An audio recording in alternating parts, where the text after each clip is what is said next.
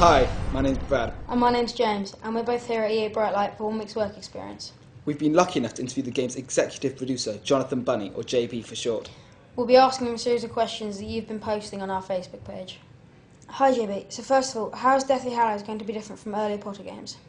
The game's really different this year, and the biggest reason is we're no longer at Hogwarts. So Hogwarts is a fantastic place to be, but it's full of school rules.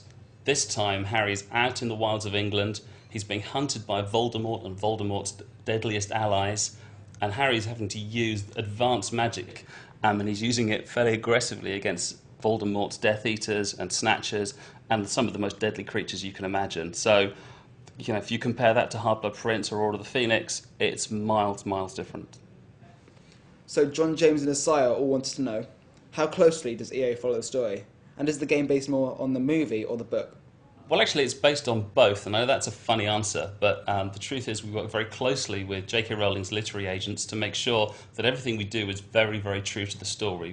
We're passionate about making the most accurate representation we can of the original story, but we also work very closely with the filmmakers. In fact, we've made 7 movie games with them now. We know them very well. They're about an hour away up the road, so we get to go to the set, we get to hang out with them and really understand what they're doing and make sure that we can align as closely with them as possible. So overall, we make sure we cover all the big action moments. There's so many in this first movie, and we do our best to stay true to the plot. John also asked about voice talent. Will Dan and Emma be lending their voices to the game? Unfortunately, we don't have Dan and Emma in the game. We'd really love to, but they are the busiest 2 people on the planet. We have Rupert, who's one of our favourites, who plays Ron Weasley, obviously. We have the twins. We have a whole host of featured cast from the movie, but no, we couldn't get Dan and Emma. Gabriel wanted to know how many creatures will be in the game. How many creatures? Well, that would be giving all the secrets away. The forests are full of magical creatures. You've seen some probably in our launch trailer, so you will have seen things like the Inferi. You may have seen a dragon. You may have seen even some spiders. My favourite creature, we haven't revealed yet, and it's something that you probably won't expect to see out of the grounds of Hogwarts. I'll just leave it at that. Alex asked, will the Deathly Hallows have the same spell system as the Half-Blood Prince? I.e., would you shake the Wii remote to cast Stupefy? Well, that's a good question too. So we haven't talked much about the Wii so far, so this is a great opportunity. So I've got to tell you, it's looking great. I'm really excited about it. But we have a really different spell system.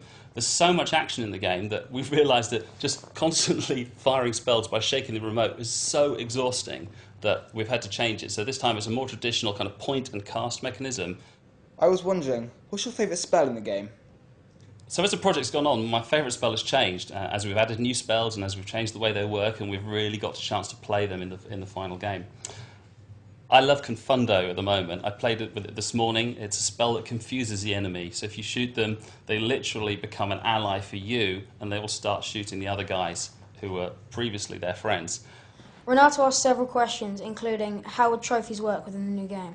Trophies and achievements are very similar in the game this year, and we're still putting the finishing touches to them. So if anyone's got any great ideas, please let me know through Facebook. But essentially, you get certain trophies and achievements as you complete parts of the story, but also we give you rewards for doing really cool things. So how many Death Eaters you defeat through the game, or the use of certain spells, or how you might use your invisibility cloak. There's a lot of fun to be had. I love achievements and trophies. I spend too much time chasing them, but there's lots of fun to be had. Vanessa wanted to know, is there going to be a collector's edition with extras? We're not doing a traditional collector's edition this year, but we are doing something pretty special with the packaging, and we'll be telling you more about that later on. Loads of people want to play the E3 demo. Marlon wants to know if there will be a demo. I think it's fair to say our demo's raised a few eyebrows. It's great fun to play. We did have at E3. It'll be at a number of consumer events around the world, so stay tuned and we'll let you know when. Sarah has asked another popular question. Will the game be coming out eventually on PlayStation 2? Sorry, Sarah, no, we're not making it for PlayStation 2. The game engine we've built specifically for the game this year is just too powerful for the PlayStation 2 to support. We'd love to do it, but there's not enough horsepower. Thanks, JB. We're nearly out of time now, but before we sign off, what are you most excited about in the new game? I'm excited about how much action there is in the game. It's way beyond anything we've been able to do before. I'm really excited about the response we're getting from fans about this new direction. We felt like it was the right thing to do, but kind of blown away by how supportive everybody's been.